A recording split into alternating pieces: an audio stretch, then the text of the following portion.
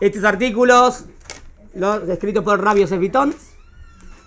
Y él quiere hacer una introducción para hablar el tema de la Megilá. Muy interesante porque vamos a escuchar datos históricos que no son conocidos. ¿Está bien? Normalmente estudiamos la Megilá, llega a Purim, más o menos algún conocimiento tenemos de la Megilá. No siempre lo estudiamos en Purim, más o menos. Pero acá agrega datos de historia que no son conocidos y por eso porque sería interesante comparar lo que dice la Megilá de Esther con lo que dice la historia al respecto, ¿entienden? Porque la Megilá de Esther es desde nuestros ojos, desde los ojos de judíos. Pero ¿cómo describen esos libros históricos lo que pasó en Purim? Entonces empezamos. Dice, en los próximos días, Besrat Hashem, vamos a estudiar el libro de Esther, Megilat Esther, del libro de Esther. Megilat Esther registra uno de los momentos más dramáticos de la historia judía. Cuando Amán, el poderoso primer ministro del imperio persa de Ahasverosh, 485 años antes de la era común, emitió un decreto real para asesinar a todos los judíos del imperio. ¿Está bien? O sea, es como Hitler. ¿Lo ven en la similitud? Vamos a hacer una clase buenísima, Besrat Hashem, de Purim y el juicio de Nuremberg. La vamos a hacer. ¿Está bien? Bueno, la preparamos, les aviso. Una y el martes la hacemos. Vamos a ver. Entonces, acá, ¿qué quiere hacer ¿Qué quiere? Destruir a todos los judíos, ¿no? Es como Hitler.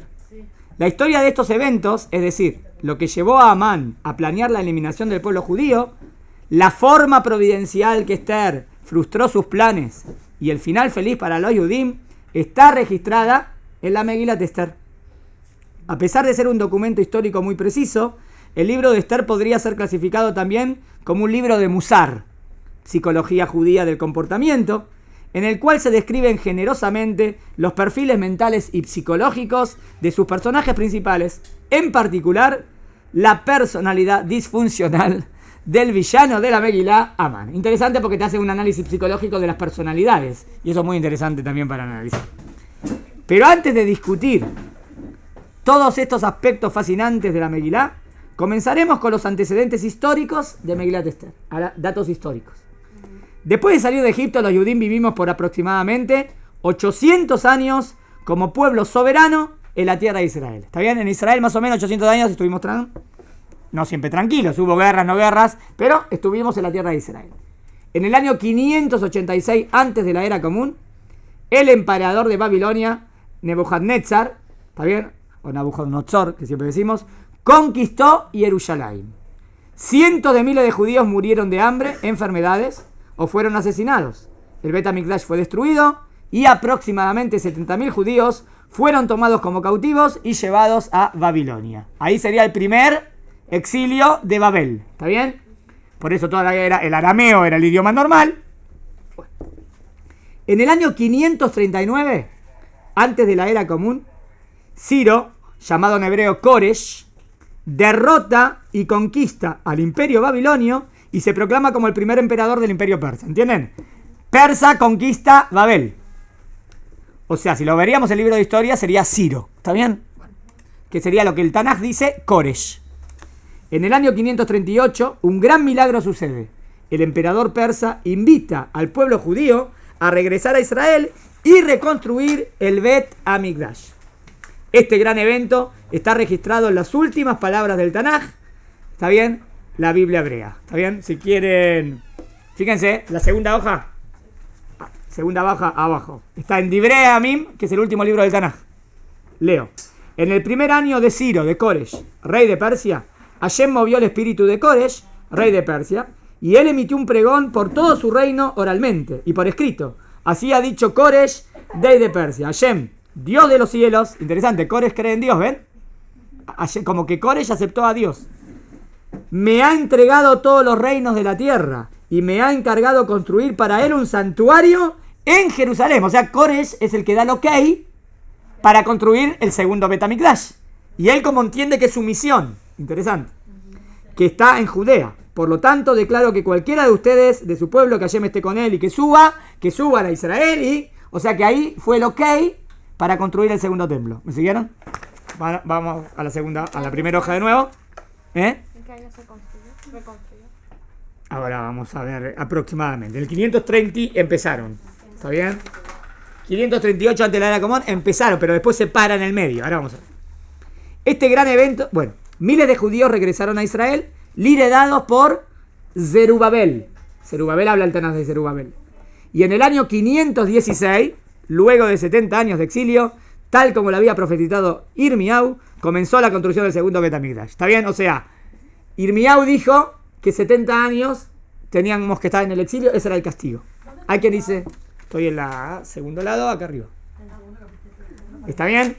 Y justo como dijo Irmiau, ahí empiezan el templo, la construcción. ¿Está claro? 70 años, como había dicho. Con el tiempo, la población judía de Israel siguió creciendo. Y en los tiempos de Purim, primera mitad del siglo V, antes de la era común, vivían en Israel no menos de 50.000 judíos. No es un número tan grande, pero es lo que... Pero no todos los judíos residían en Israel. Tal como lamentablemente ocurre en nuestros días, aunque todos podían vivir en Israel, la mayoría de los judíos seguían viviendo fuera de Israel. O sea, como que la historia se repite, ¿no? Hoy en día también, la mayoría todavía están en Juzlaretz. Y también cuando construyeron el templo, el segundo templo, la mayoría estaban en Juzlaretz. No digo que esté bien, ¿eh? No dije que no está bien eso. Tenemos que venir todos a la tierra de Israel. Pero pasó históricamente varias veces. Vamos a tratar de entender cómo y por qué los Yudim vivían en un exilio voluntario. El imperio persa fue el imperio más grande que existió en la historia de la humanidad. Es un dato importantísimo. El imperio, ahora va a haber Mahlok, entre dos posibilidades, pero hay quien dice que el imperio más grande que existió fue el imperio persa. Hay quien dice que el imperio mongol, en los tiempos de Genghis Khan, superó una extensión al persa. La pregunta es quién tuvo más extensión en su imperio. Más que el imperio griego, más que el imperio romano. Superó el imperio romano y superó el imperio griego. En extensión de lo que conquistó. Bueno, tremendo. O sea, conquistó más que Roma y conquistó más que Grecia. Tenían más poder de territorios. En este dijo Ciro, Koresh. Sí. ¿Está bien? Pero ahora van a ver, tenemos una línea de varios reyes. Este dato es importantísimo, ¿no? O sea, que la Megilá está pasando en la época del imperio más grande de toda la historia. Es interesante ese punto. Y eso le brindó a los judíos la oportunidad de establecer una red de comercio internacional que resultó muy exitosa. ¿Por qué? Porque era el imperio más grande y cada vez que había que comerciar, si te daba el ok el rey y él maneja todos esos territorios y los judíos empiezan a comerciar en todo ese territorio, bueno, entonces puede tener muchos beneficios económicos. ¿Me siguieron hasta aquí? Hay documentos y evidencias que los judíos se dispersaron por todos los confines del imperio persa, que llegaron hasta lo que hoy en día es el límite entre India y China.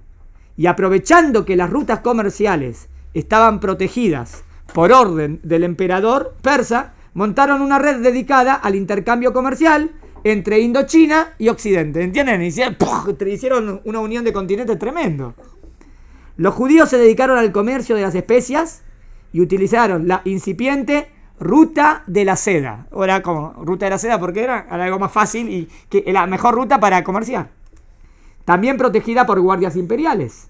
Importaban seda y oro de la China y exportaban a la China especias, colorantes, jade se dice, lapislázuli y vidrio. Hay un libro lamentablemente muy desconocido pero fascinante, interesante leerlo, ¿no? Que describe con lujo de detalles todas las empresas comerciales a las que se dedicaban los judíos en los tiempos del imperio persa. Se llama El Octavo Día. Interesante, no sé, yo no lo conozco, si alguien lo conoce, ¿está bien? ¿Hay una película sobre eso? ¿Hicieron una película? El Octavo Día. ¿Está? Dice que sabe, así que está bien. Que sea el que tenga esto. El hecho de que los judíos estaban, como lo confirmó Amán, diseminados. ¿Ven? ¿Qué dice la Megilá? Tenemos los judíos están diseminados entre todo el imperio. Vos decís, bueno, vos cuando lees la Megilá decís, bueno, debe ser un país. Y ahí está. Vos lees la palabra 127 provincia. Entonces te imaginas la palabra provincia como decimos en Argentina, provincia. ¿No? Provincia. Pero no, está hablando del imperio más grande del mundo. O sea, tremendo. Y los judíos estaban dispersos por todos lados. Facilitaba muchísimo este tipo de comercio internacional y les permitió a los judíos establecer una nueva industria en la cual también se destacaron. El crédito, por primera vez se daba crédito. ¿Qué quiere decir? Yo doy crédito y otra persona, miren. Un documento escrito, seguramente en hebreo, por un judío de Turquía, podía ser cobrado en la India. Al ser presentado, a otro judío que vivía allí. O sea, vos le dabas un crédito, ¿ya? Y lo llevabas, y ya existía. Y un yudí, claro, que los yudí confiaban. El yudí confiaba en otro yudí, el otro yudí vivía en otra punta del mundo, era garante y se lo pagaba. Hay testimonios arqueológicos muy importantes sobre una familia judía de banqueros de esa época, los Murayú. ¿Está bien? Todos estos datos son importantes para entender dos cosas.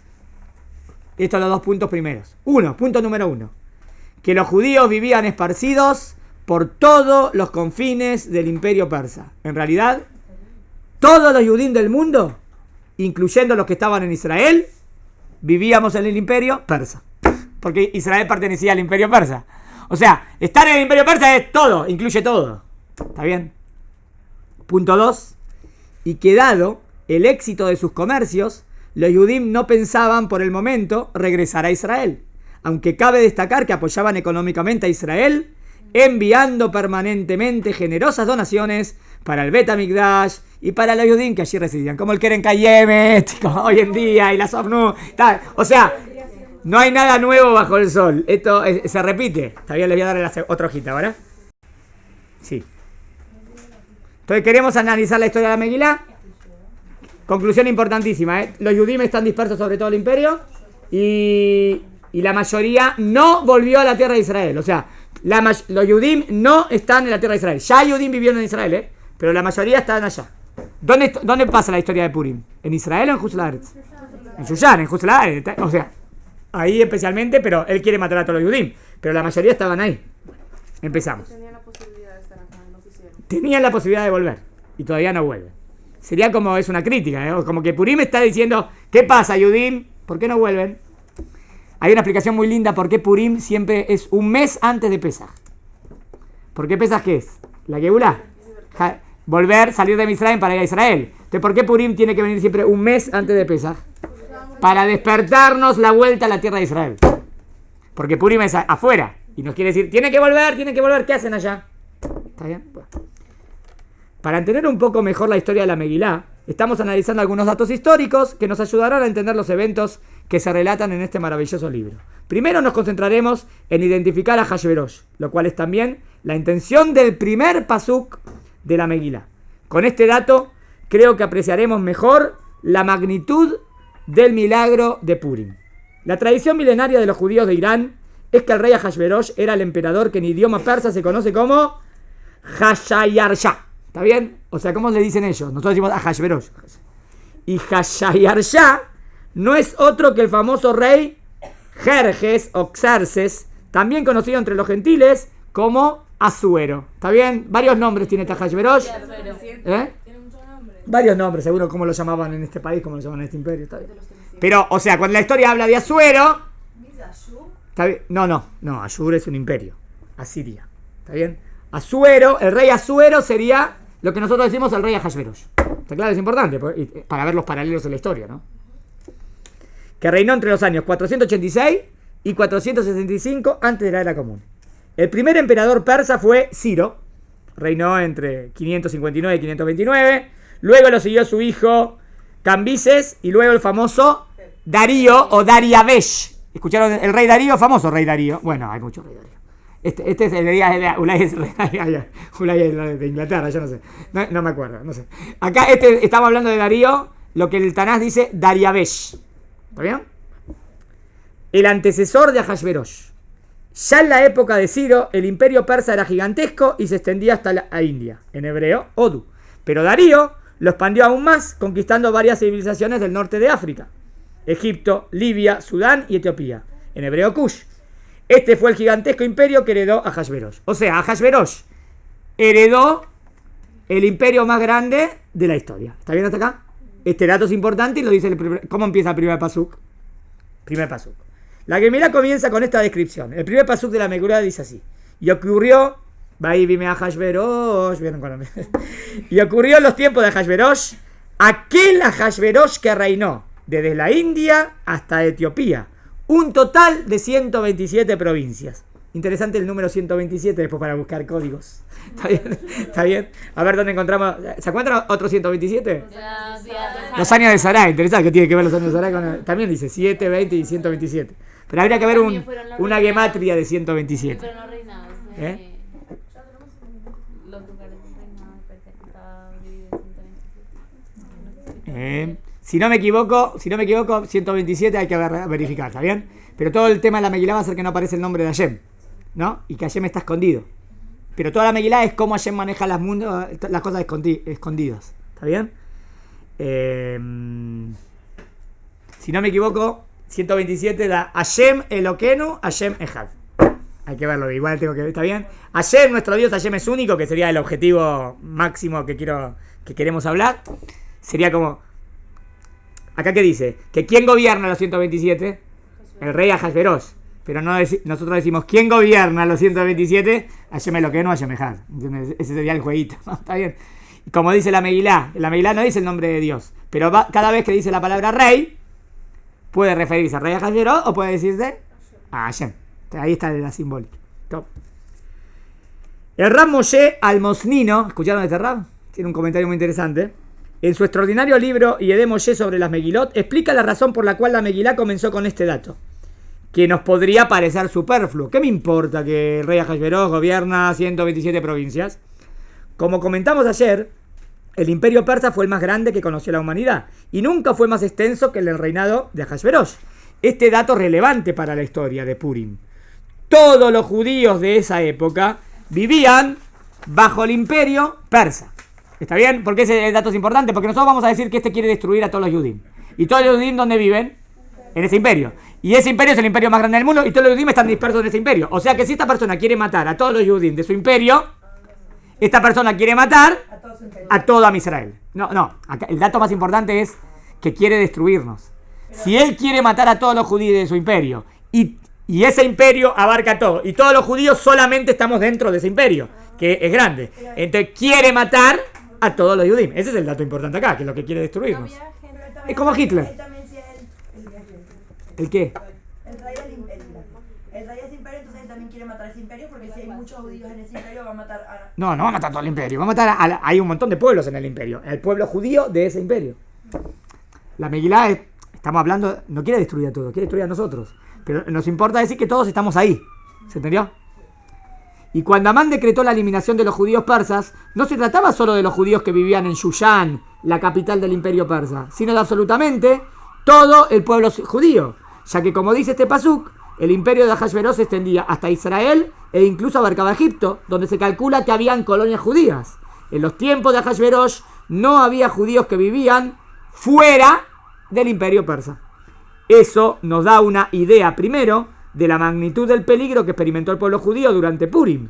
Creo que con excepción del Holocausto, nunca estuvo el pueblo judío en su totalidad más cerca de una eliminación inminente. O sea que es interesante la comparación de Purim con el Holocausto. O sea, los dos casos en la historia que está por desaparecer a Israel serían Purim y sería el Holocausto. O sea, hay una comparación, por eso hay una comparación entre los nazis y Purim. En la Megilá está. No, está bien distinto, pero son los dos casos históricos. En segundo lugar, como dice el Rab Almosnino, este dato nos hace apreciar aún más el God de la Nes, la grandeza del milagro. Es decir, la extraordinaria protección providencial de Hashem que nos salvó de un exterminio total. Al entender esto, contextualizamos. ¿Entienden? Entiendo, wow. Si entiendo esto, entiendo qué grande que fue el milagro, porque acá iba a desaparecer a Israel. ¿Se entendió? Pasuk 3. En el tercer año de su reinado, Ahasverosh hizo un banquete para todos sus nobles y funcionarios. Invitó a todos los oficiales del ejército de Persia y Media, y también a los príncipes y nobles de las provincias. Vos decís, bueno, ¿qué me interesa este pasuk? No, es importante. ¿A quién invitó? A los nobles funcionarios. A todos los nobles y funcionarios, a todos los oficiales del ejército de Persia y también a los príncipes. ¡Pah! Invitó a todos los importantes, ¿sí o no? ¿Qué me interesa? Ahora van a ver por qué es importante. O sea, toda la gente poderosa está en esa vez. Los invita al palacio. Aunque el imperio de Ahasverosh era muy grande, para los emperadores nunca era suficiente. A Darío le había quedado una misión por completar. Miren lo que le quedaba. Conquistar Europa. Eso es lo que deseaba. Ahora, interesante, este dato no lo dice la Megilá, pero miren el dato que podemos reconocer por la historia. ¿Qué es lo que estaba programando hacer ahora? ¿Para qué invitó a tanta gente? ¿Y para qué hizo una fiesta? ¿Y para qué 6 meses? La puerta de acceso a la conquista de Europa era Grecia. Darío murió antes de poder conquistar Grecia, y es así que Ahasverosh tuvo como meta principal de su vida conquistar Grecia. Ahasverosh, o Jerjes, es muy famoso en la historia universal por haber encabezado la expedición militar más grande de la historia de la humanidad. La expedición más grande. ¿Cuántos soldados tenía? Según Heródoto, considerado el padre de la historia moderna, y quien comenzó su carrera con la historia de Jerjes, el emperador persa preparó un ejército de 5 millones de personas. Para ser más precisos, 5.283.220 hombres, entre soldados y auxiliares, para conquistar Grecia. Y al final fracasó. O sea, no hay un número más grande de una guerra, de un ejército. El número más grande del ejército, interesante, bueno, es un dato. Pero la Megilá no nos dice este punto, pero lo que quiere hacer el Rab es conectarlo con la Megilá. En su tercer pasuk, la Megilá nos cuenta que Ahasverosh hizo una fiesta que duró 6 meses. Y luego hizo otra. Una pregunta, ¿para qué dice 2 fiestas? Dice una fiesta que duró 6 meses. Y después hace otra fiesta que dura 7 días. Hay quien dice que esa primera fiesta era en realidad una cortina de humo para reunir a todos los gobernantes. En verdad era para traer a todos los gobernantes y preparar algo. Y a los generales del imperio, y así durante 6 meses organizar el ejército de 5 millones de soldados. O sea que puede ser que en esa reunión, que estuvieron tanto tiempo... Pues ¿para qué tanto tiempo? ¿Tanto tiempo? ¿Quién hace una fiesta 6 meses? ¿Una fiesta 6 meses? Ya te aburrís de la fiesta. ¿Cuál fue? Un día, una semana, pero 6 meses. No, esos 6 meses estuvieron organizando el ataque a Grecia. ¿Entienden? Y por eso estaban todos los generales. Y por eso dice solamente que se emborrachó el último día. Si estaban todo el día de ver, se emborrachan todo el tiempo, ¿no? Es un detalle. Y el último día se emborrachó. ¿Por qué el último día? ¿Por qué no te emborrachaste antes? Si estás de fiesta te emborrachas todo el tiempo, ¿no? En esos goyim que se emborrachan. Entonces dice, hay 2 datos en la Megilá que podrían corroborar esta teoría. 1, miren lo que dice. Que los primeros invitados mencionados en este pasuk son los militares de Persia y Media. Los medos eran aliados de los persas. Sería lo que quiere hacer. Segundo, no les di la segunda hoja. ¿La puedo leer y después se las doy? Sí. La leo y después se las doy. ¿Qué dije? Segundo, esto también explicaría por qué Ahasverosh, que era muy entregado al alcohol, vemos que después no siempre hay fiestas, siempre se emborrachan, si él era entregado al alcohol, se emborrachó recién en el último día de la segunda fiesta. Durante los primeros 6 meses, Ahasverosh, a ver, digan ustedes por qué. Porque estaba organizando la guerra. Ahora está todo preocupado por la estrategia de guerra, cómo van a conquistar Grecia, va a ser el imperio, entonces ¿qué se va a emborrachar? No se va a emborrachar. Entonces, durante los primeros 6 meses, Ahasverosh, el comandante en jefe del ejército, tenía que estar sobrio y lúcido para no perder detalle de la preparación de esa monumental expedición militar. Luego de 6 meses de intenso trabajo, el monarca se entregó al festejo, ya sin limitaciones. Los datos históricos también confirman la teoría de la cortina de humo, ya que se estima que Ahasverosh comenzó a preparar su expedición en el año 483 antes de la era común, que concuerda exactamente con la fecha de la Megilá. O sea que concuerda bastante bien. En el tercer año de su reinado, tal como dice con exquisita precisión nuestra Megilá. O sea, todos dicen, en el tercer año del reinado, estoy hablando históricamente, no la Megilá, Ahasverosh empieza a preparar la guerra. Y en la Megilá dice, y en el tercer año de Ahasverosh hizo una fiesta, 6 meses. Justo, exactamente lo mismo. ¿Entienden? La Megilá está hablando del lado judío, lo que nos interesa saber a nosotros. A nosotros nos interesa que tenía que conquistar Grecia, ¿qué me interesa? Pero ahora estos datos históricos nos hacen entender más lo que está pasando en la Megilá.